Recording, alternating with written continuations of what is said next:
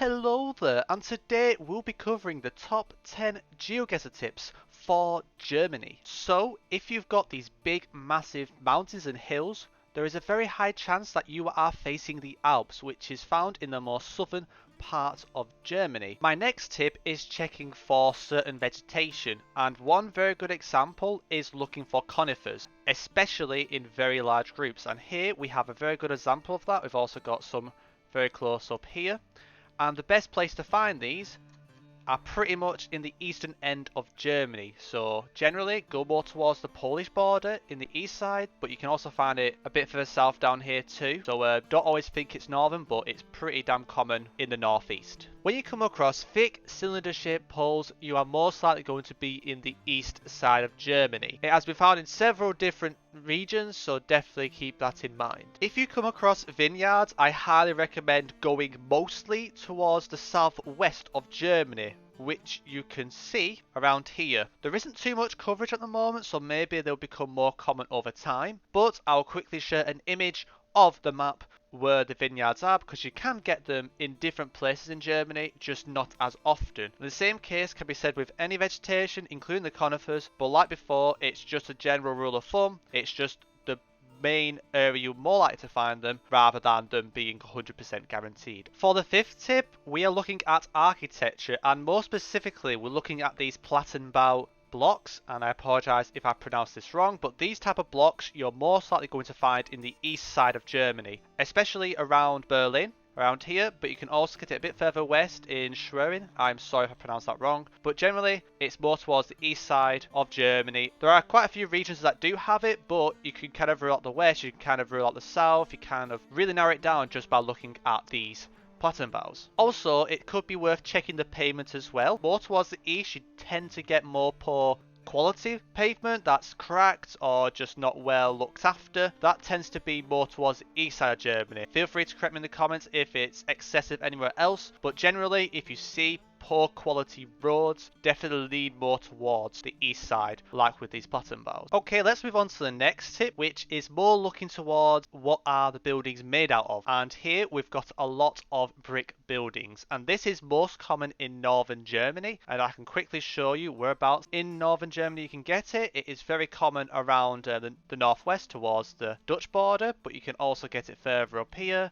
and you can also sometimes get it a bit further east from Hamburg. It's also good to be aware you can get thatched roofs with the brick, and I'll try and find an example now, which is here. You can see that the material's different on the roof, like why it's called thatched, and this architecture has only really been found in the far northern parts of Germany, right near the Danish border. I think you can find it further south towards Hamburg and maybe a bit further west towards Bremen, but more research needs to be carried out. My next tip is to get familiar with postal and area codes, and I recommend learning the first digits of each one, and it will definitely help you get better, closer guesses in the more urban rounds. Here is the map of the area codes, and as you can see, we also have on here the 68, and if we look at the map, we can see the 68 is around there, and we also got the place name here called Merzig, and if we zoom in, Merzig is here, which matches the area code. Obviously, double check vehicles because vehicles do travel, but generally if it's posted in a shop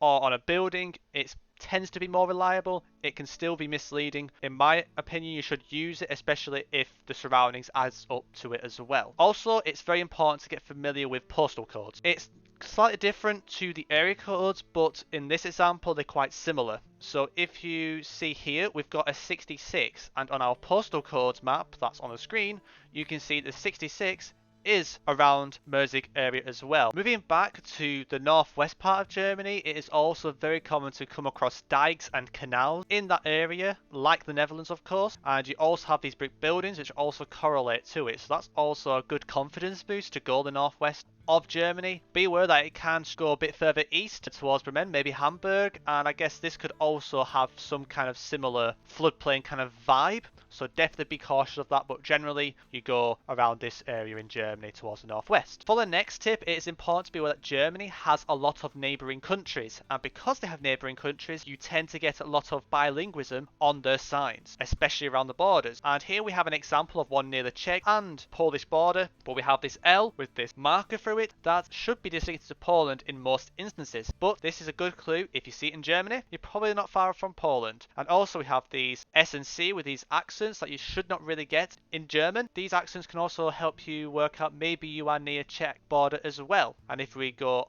away from the map, you can see we're near the Polish and Czech border. Also, you can get bilingualism on street signs, especially near borders. And this one's also near the Polish and Czech border, so definitely be aware of those bilingual signs too. And if we go all the way over here, we've got some kind of like almost Dutch-like kind of language. So you see these double O's, the double U's, like the double vowels are quite common to use in Dutch, for example, and here is an example of it having that as well. And this tends to be more towards the northern parts of Germany, especially towards these islands and around the northwest, so definitely be aware of that. My final tip is looking at the suffixes of place names, and I'm going to point out a few examples that I recommend using when you see place names in Germany. The very first one I advise learning is the O. So the OW suffix. This is generally found more towards the northeast parts near Poland. It tends to be more of a Polish suffix compared to German, which explains why it's near there. So that's a good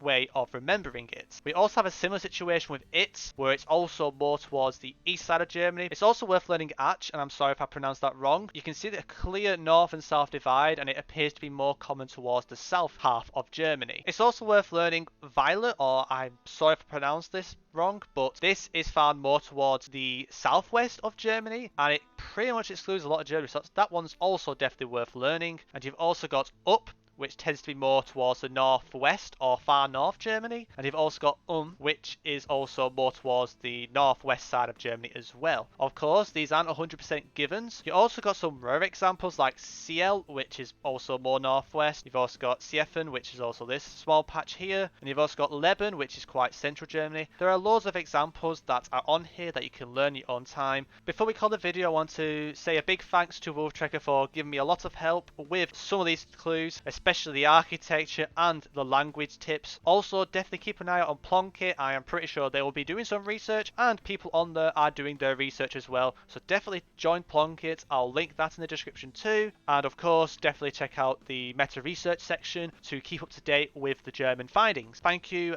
Simi, for also confirming a couple metas as well. If you want to see more Germany tips, smash the like button. And yeah, I will see you in the next one. Yeah, of course.